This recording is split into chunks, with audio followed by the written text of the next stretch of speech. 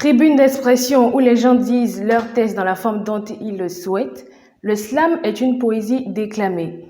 Il a vu le jour dans les années 1980 à Chicago.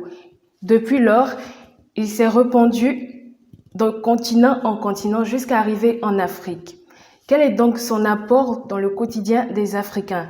Nous essaierons de comprendre nos préoccupations en compagnie de David Djoko, dit l'étudiant du slam, sur le thème « L'Afrique et le slam, quel apport pour notre société ?» Sacré meilleur slammer de l'année 2013 en Côte d'Ivoire, félicitations. Merci. Dites-nous, quelle est la différence entre le slammer et le griot?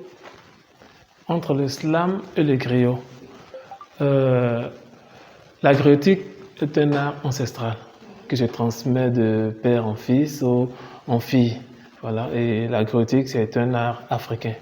Le slam n'est pas africain. Le slam est né aux États-Unis. Voilà. Et le slam n'est pas transmis de père en fils. Le slam, on devient slammer. Au niveau de la griotique, on est griot. Voilà, c'est dans une lignée familiale qu'on acquiert cette faculté-là. Au niveau du slam, on devient slammer.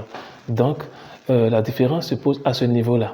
C'est vrai que la confusion vient au niveau du fait que le slam et la griotique appartiennent tous deux à la grande famille des arts oratoires. Et donc, c'est de là qu'il y a le lien. Mais à partir, au niveau de la pratique, au niveau des concepts même de chaque genre, il y a beaucoup de différences. Et qu'est-ce qui a favorisé l'essor du slam au cours de ces 5 dernières années en Afrique? C'est d'abord les valeurs que transmet le slam, la différence qu'il y a entre le slam et d'autres arts oratoires. C'est tout ça qui a contribué à l'essor du slam au niveau de l'Afrique.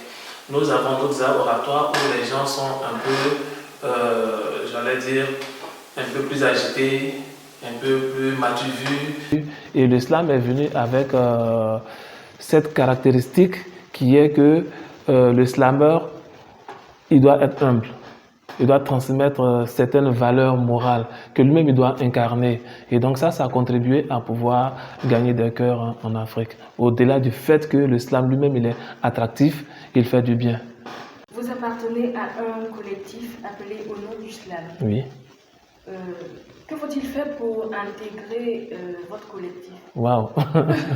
Effectivement, notre collectif est structuré et donc effectivement on admet que les gens adhèrent au collectif, mais c'est une procédure.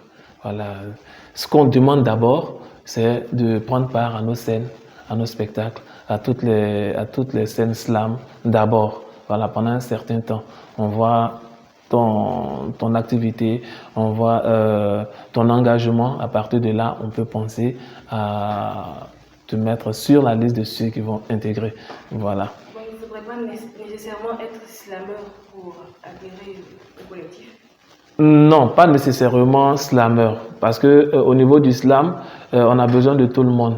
Il y a ceux qui sont sur scène, on a besoin aussi de certaines personnes qui sont hors de la scène, ou qui sont sur scène mais qui ne slament pas, notamment les instrumentistes, notamment les techniciens et tout ça. Et donc, on n'est pas forcément obligé d'être slammer pour appartenir au collectif au nom du slam. Mais pour le moment, on n'a que des slammers et certains affiliés. Voilà. Est-ce que vous avez des projets, votre collectif a-t-il des projets pour l'Afrique? Oui, notre projet majeur, c'est de permettre à tout le monde de faire du slam.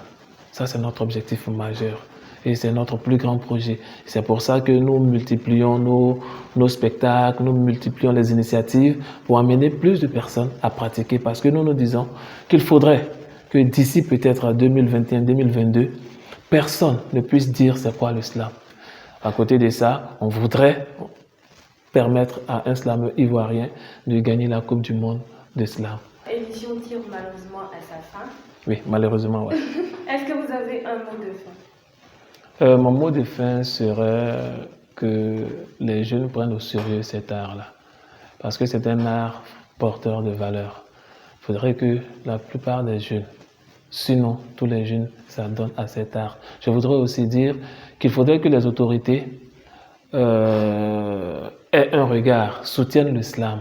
Parce que nous venons pour apporter quelque chose à la jeunesse, nous venons pour apporter quelque chose à la société. Et donc, il faudrait que la société et les autorités soutiennent le slam. Et je voudrais finir par dire merci à OSTV pour cet honneur qu'elle nous fait et saluer tous mes amis slameurs, les membres du collectif Au nom du slam, les membres de l'école des poètes. Voilà. Merci beaucoup. Ami de David Djoko, dit l'étudiant, et nous avons traité de la question de l'apport du slam dans notre quotidien africain. C'est la fin de cette édition. Merci de nous avoir suivis et bonne suite de programme sur OSTV, la chaîne des entrepreneurs.